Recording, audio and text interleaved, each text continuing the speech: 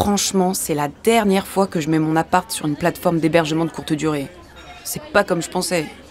À la base, c'est l'appart de ma grand-mère, donc c'est tout bénef. Mais bon, tu vois, entre le temps passé à faire le ménage, l'installation de la boîte à clés, les frais que prend la plateforme et les impôts, au final, ça me rapporte pas tant que ça. Et puis quand le gars déboîte la porte du lave-vaisselle, là on est au max de la loose. Non, mais je voudrais pas passer pour le relou de service, mais le revenu global, genre le chiffre d'affaires, n'est pas le revenu que touche réellement le proprio ou l'hôte. Ah ouais, pas faux. Tu dois enlever tous les frais que tu sors de ta poche pour calculer la somme que ça va te rapporter au final.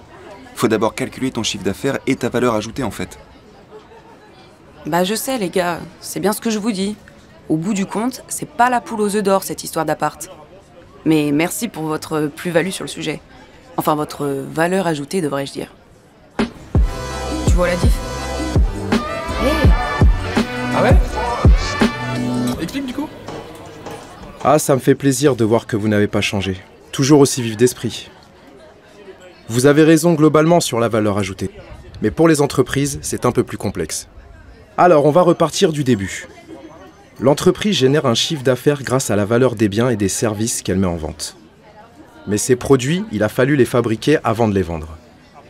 Pour cela, l'entreprise a dû utiliser des consommations intermédiaires qui lui permettent, grâce à son processus de production, de créer des produits finalisés. C'est la différence entre les deux qu'on appelle valeur ajoutée. Ça correspond à la richesse réellement créée par une entreprise. Le petit business de Lorraine, c'est le bénéfice. C'est-à-dire le profit qu'il te reste quand tu as rémunéré tous les acteurs en lien avec l'entreprise. Les actionnaires, les salariés, les banques, l'État. Hop, hop, hop. Est-ce que quelqu'un pourrait prendre un exemple, histoire que ce soit un peu concret, parce que...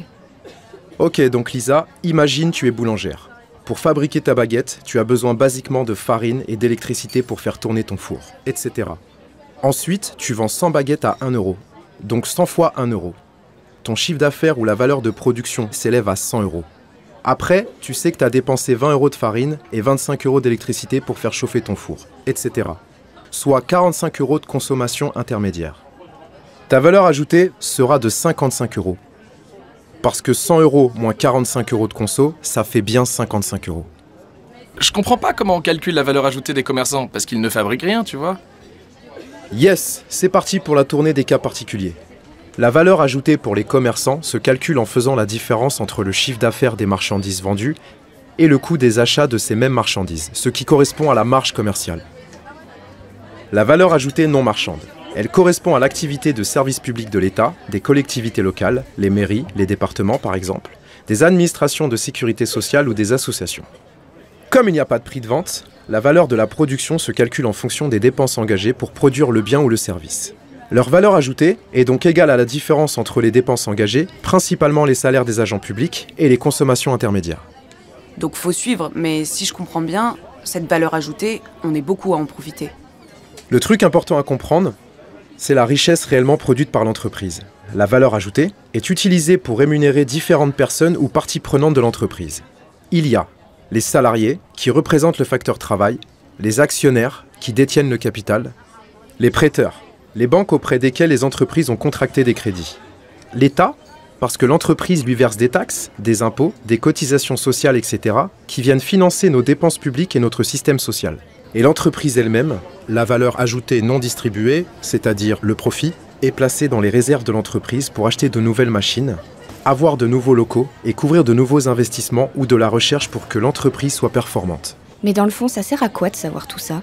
Ah bah on a besoin de récupérer ce genre d'infos pour déterminer la richesse créée par les acteurs de l'économie marchande et non marchande au cours d'une période donnée et qui s'appelle le produit intérieur brut, PIB. Et l'évolution de ce PIB permet de calculer la croissance économique d'un pays. Un indicateur incontournable. Attends, tu veux dire que dans une certaine mesure, je suis une actrice de l'économie marchande avec mon appart? Oui, alors rassure-toi, au mieux ça correspond à un demi-grain de riz dans une paella géante. Il peut pas dire une goutte d'eau dans un océan comme tout le monde. Oh bah tu sais, c'est de la création artistique.